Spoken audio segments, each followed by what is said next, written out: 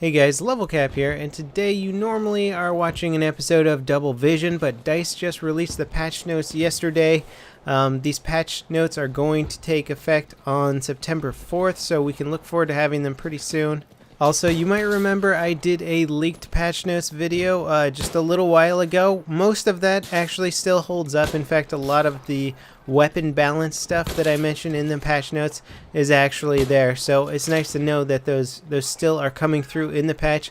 One of the main things that I mentioned in my leaked patch notes video that's actually not on the new patch notes is the grenade color indication. I mentioned that enemies would have different color grenade indicators than friendlies would, just to help identify where grenades were coming from in kind of clustered public games, so people weren't getting freaked out by friendly nades, or poorly thrown friendly nades rather. Those actually aren't going to be implemented in the new patch, so that's unfortunate, but there's still a lot of cool changes coming. Now, it's finally official, the M16A3 is getting a recoil nerf. So basically, the recoil is going to be a little bit more pronounced. This is to just basically kick it off its throne of just being the all-around best weapon to use.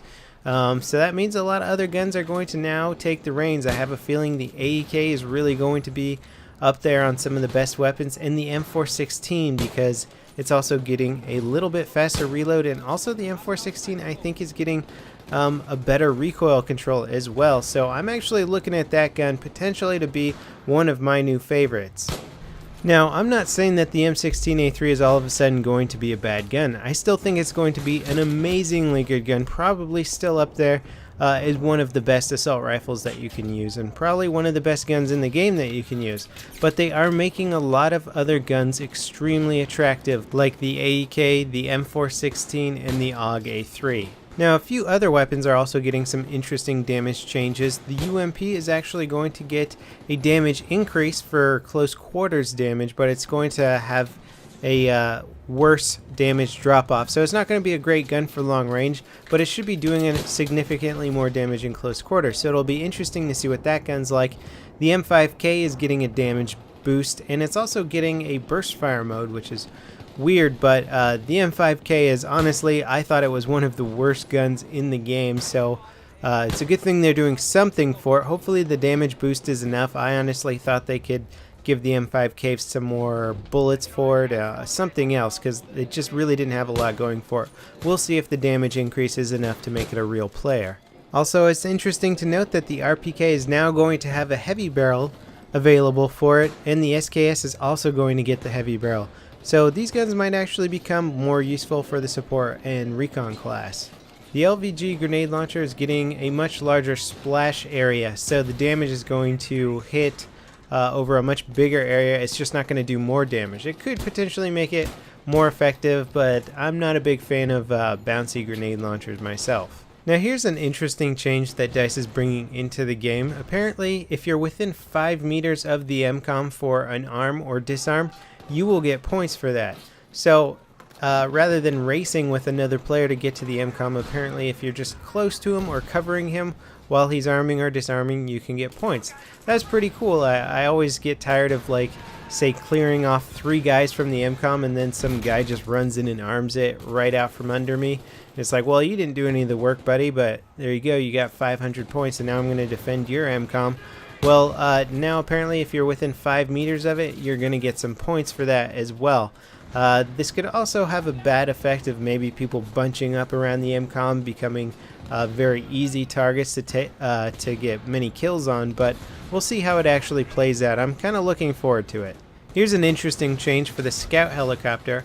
Apparently pilots will no longer be able to equip the laser designator, and that will actually be something that the co-pilot can do. The number 4 seat in the scout helicopter that's right next to the pilot will now be in control of a little laser designator, so they can pick and choose targets to laser designate, and the pilot can still use guided missile to fire upon those targets. This will be interesting, and it will hopefully lessen the amount of guided rockets flying between scout helicopters and make scout helicopter duels more reliant on air-to-air missiles and miniguns. The attack helicopters are getting quite a few changes. Starting off with the good news, the gunner can now do more damage to jets, which is, thank God, about time they put that back in the game. That was a huge detriment to attack helicopters, allowing jets to get way too close to helicopters without taking much damage from their gunners.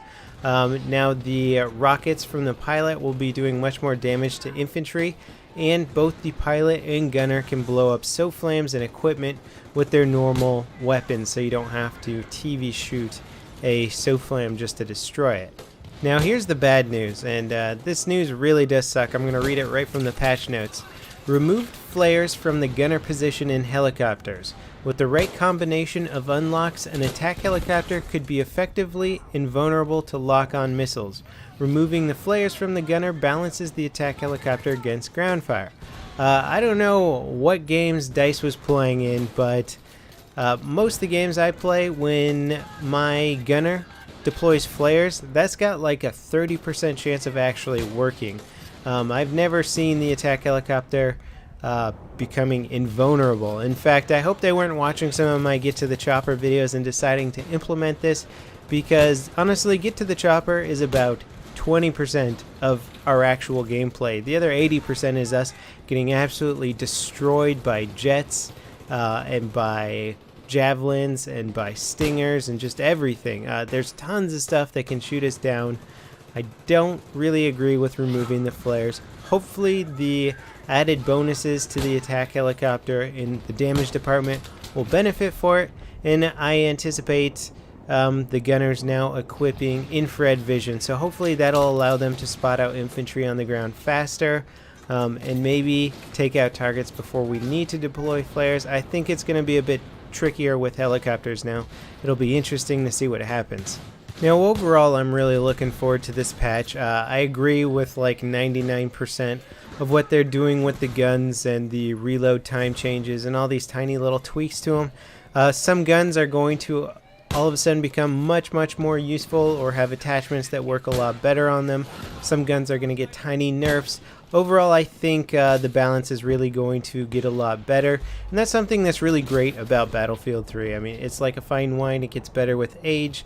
The more patches that come out for this game, the more tweaking they can do with the guns and really get it to a state where there is no gun that is the dominant force. Everything has sort of its own area on the battlefield, its own area of expertise, different ranges that guns are good at, different environments, whatever. There's going to be a lot of cool things in this game that just really allow for excellent balance, and balance is not one gun dominates all.